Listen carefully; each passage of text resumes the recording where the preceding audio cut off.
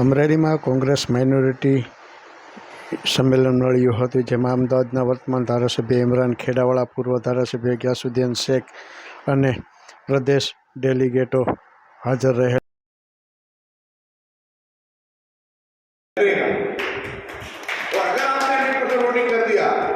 तो अल्लाह से मुझे उम्मीद है कि जीत हमारी पक्की है.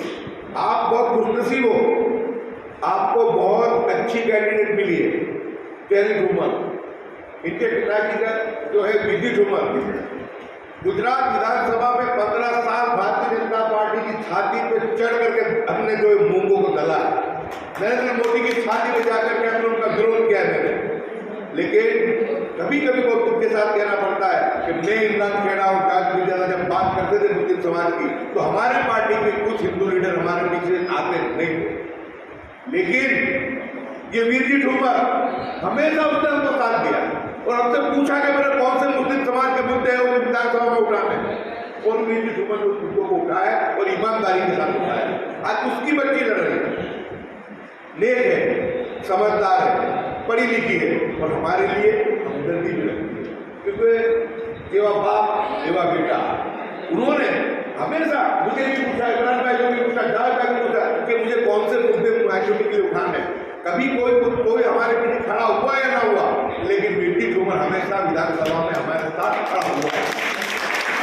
तो ऐसा सेक्युलर दिमाग, क्योंकि हमारा रिश्ता तो पॉलिटिकल पार्टी के साथ ऐसा हो गया है कि बकरीद की बिरयानी, शीर खुरमा, ईद मिलादुन्नबी की जुलूस के अंदर झंडी बता रहे और मुहर्रम की झंडी की जुलूस बता रहे. हमारे जो वोट लेने वाले नेता जो बात में गायब हो जाते. लेकिन हमारे सुख में, हमारे दुख में ये आदमी खड़ा है.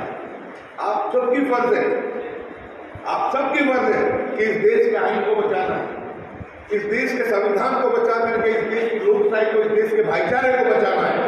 तो हमको वोटिंग करना पड़ेगा. आपको कर्नाटक का एग्जाम्पल देता हूँ. कर्नाटक में सिर्फ 63% वोट हुआ था, 63%.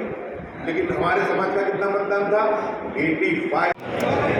आगामी લોકસભાની ચૂંટણી રાજ્ય અને દેશના હિતમાં બહુ જ મહત્ત્વની ચૂંટણી છે. દેશના સંવિધાન, દેશની લોકશાહી, દેશનો ન્યાય, પ્રેમ, એકતા, હિન્દુ મુસ્લિમ ભાઈચારાના રક્ષણ માટે આ ચૂંટણી નિર્ણય કરવાની છે કે દેશની અંદર પ્રેમ ભાઈચારો રહેશે કે નફરતની રાજનીતિ રહેશે. પરંતુ મારે ગર્વ સાથે કહેવું છે કે દેશના તમામ લોકો, જે હિન્દુ, મુસ્લિમ, શીખ, ઈસાઈ, તમામ ભેગા થઈને દેશના સંવિધાનની રક્ષણ માટે, લોકશાહીના રક્ષણ માટે, કોમી એકતા અને ભાઈચારાના રક્ષણ માટે ભેગા મળીને હવેથી કમા મિલાવીને તમામ લોકો આ વખતે વોટિંગ દેશમાં કરી રહ્યા છે. એ જ પ્રમાણે આપણા રાજ્યની અંદર પણ લોકો વોટિંગ કરશે. અને ખાસ અમરેલીની વાત કરું તો અમરેલીને એક બહુ જ ખૂબ જેને કહેવાય કે સરસ ઉમેદવાર મળ્યા છે.